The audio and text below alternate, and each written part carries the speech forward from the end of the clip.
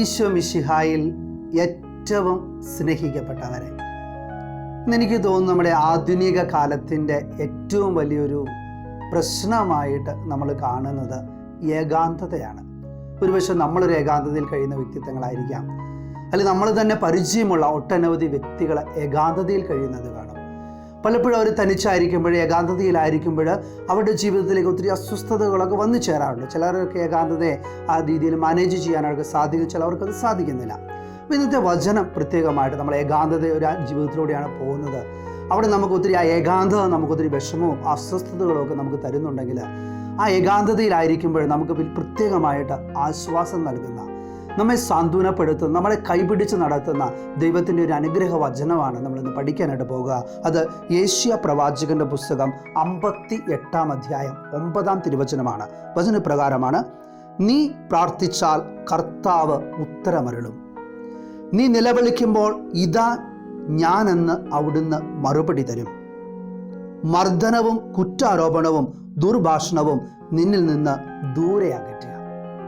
വളരെ കൃത്യമായിട്ട് വചനം നമ്മെ ഓർമ്മപ്പെടുത്തുകയാണ്. നീ പ്രാർത്ഥിച്ചാൽ ഞാൻ ഉത്തരമരുളും. ഇവിടെ നമുക്കറിയാം, നമ്മൾ കൂടുതലും ഏകാന്തതയിലൊക്കെ ആയിരിക്കുന്ന സാഹചര്യത്തിൽ നമ്മൾ വെറുതെ ഇരുന്ന് നമ്മുടെ സമയം കളയാതെ ആ സമയമൊക്കെ നമ്മൾ ദൈവവുമായിട്ട് നിരന്തരം ഒരു സംസാരം, അല്ലെങ്കിൽ വചനം വായിക്കുന്നതിലായിരിക്കാം, വചനം പഠിക്കുന്നതിലായിരിക്കാം, ഈ ലോകത്തിന് മുഴുവൻ വേണ്ടി പ്രാർത്ഥിക്കുന്നതിന് വേണ്ടിയായിരിക്കാം. അതിനൊക്കെ നമ്മൾ സമയം, ഒരു അല്പസമയം കണ്ടെത്തി നോക്കി നമ്മുടെ ജീവിതത്തിൽ വലിയൊരു സന്തോഷവും സമാധാനവും ഒക്കെ നമ്മൾ പോലും അറിയാതെ വന്നു ചേരുന്നതായിട്ട് നമുക്ക് കാണാനായിട്ട് സാധിക്കും. വചനം പറയുന്നത്, നീ പ്രാർത്ഥിച്ചാൽ ഞാൻ കൃത്യമായും തീർച്ചയായും നിന്റെ പ്രാർത്ഥനയ്ക്ക് ഉത്തരം തരുമെന്ന് വചനം പറയും. അതിനുശേഷം പറയുന്നു, നീ നിലവിളിക്കുമ്പോൾ ഇതാ ഞാൻ എന്ന് അവിടുന്ന് മറുപടി തരും. നീ നിന്റെ ഏകാന്തതയിൽ, നിന്റെ അസ്വസ്ഥതയിൽ നീ നിലവിളിച്ചു കഴിഞ്ഞാൽ ഇതാ ഞാൻ നിന്റെ കൂടെയുണ്ട് എന്നുള്ള വലിയൊരു അവബോധത്തിലേക്ക് ദൈവം നമ്മെ വഴി നടത്തുമെന്നാണ് ഓർമ്മപ്പെടുത്തുക. അതിനുശേഷം വചനം പറയുകയാണ്, നിന്റെ ജീവിതത്തിൽ നിന്ന് കുറ്റാരോപണവും ദുർഭാഷണവും നീ ഒന്ന് മാറ്റണം. നമുക്കറിയാം, കുറ്റാരോപണം നമ്മൾ തന്നെ ആയിരിക്കുമ്പോഴാണ് നമുക്ക് എന്തെങ്കിലുമൊക്കെ പറയാനും ഒക്കെ പ്രത്യേകമായിട്ട് തോന്നുക. അപ്പോൾ കുറ്റം ആരോപിക്കുന്നൊരു സ്വഭാവം നമ്മുടെ ജീവിതത്തിൽ, അതൊക്കെ മാറ്റാനും.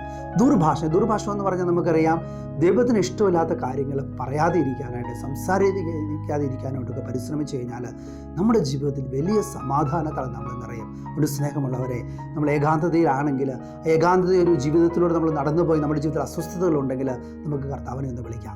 നിൻ്റെ അസ്വസ്ഥതയിലാണെങ്കിൽ നമുക്ക് കർത്താവിനെ ഒന്ന് വിളിക്കാം. കണ്ണുനീരിലാണെങ്കിൽ നമുക്ക് കർത്താവിനെ ഒന്ന് വിളിക്കാം.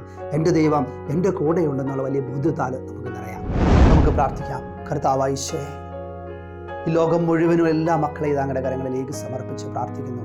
ഏകാന്തതയിൽ കഴിയുന്നവർ, ദുഃഖത്തിലും വേദനയിലും കഷ്ടപ്പാടിലും ആയിരിക്കുന്ന ഓരോ സഹോദരങ്ങളിലേക്കും ഈശോയെ നിന്റെ കൃപ സമൃദ്ധമായിട്ട് ഒഴുക്കണമേ, അനുഗ്രഹിക്കണമേ എന്ന് ഞങ്ങൾ പ്രാർത്ഥിക്കുന്നു. അവിടുന്ന് വചനത്തിലൂടെ ഞങ്ങൾ ഓർമ്മപ്പെടുത്തി, നീ പ്രാർത്ഥിച്ചാൽ ഞാൻ ഉത്തരമരുളും. ഞാൻ ദിവസേന നിലവിളിച്ചാൽ ഇതാ ഞാൻ നിന്റെ കൂടെയുണ്ടെന്ന് പറഞ്ഞ് എൻ്റെ ദൈവം എന്നെ വാരിപ്പുണർന്ന് എന്നെ അനുഗ്രഹിക്കും, ആശീർവദിക്കും, താങ്ങി നിർത്തും. കർത്താവായ ഈശോയെ, ഞങ്ങളുടെ ഓരോ ദുഃഖങ്ങളിലേക്കും വേദനകളിലേക്കും അസ്വസ്ഥതകളിലേക്കും നീ കടന്നു വന്ന് അങ്ങയോടൊപ്പമായിരിക്കുവാൻ, ഞങ്ങളുടെ വചനം പഠിക്കുവാൻ, അങ്ങയോട് സംസാരിക്കുവാൻ ഞങ്ങളെ ഓരോരുത്തരെയും അവിടുന്ന് ശക്തിപ്പെടുത്തണമേ, അനുഗ്രഹിക്കണമേ, ഇപ്പോഴും എപ്പോഴും എന്നേക്കും. ആമേൻ.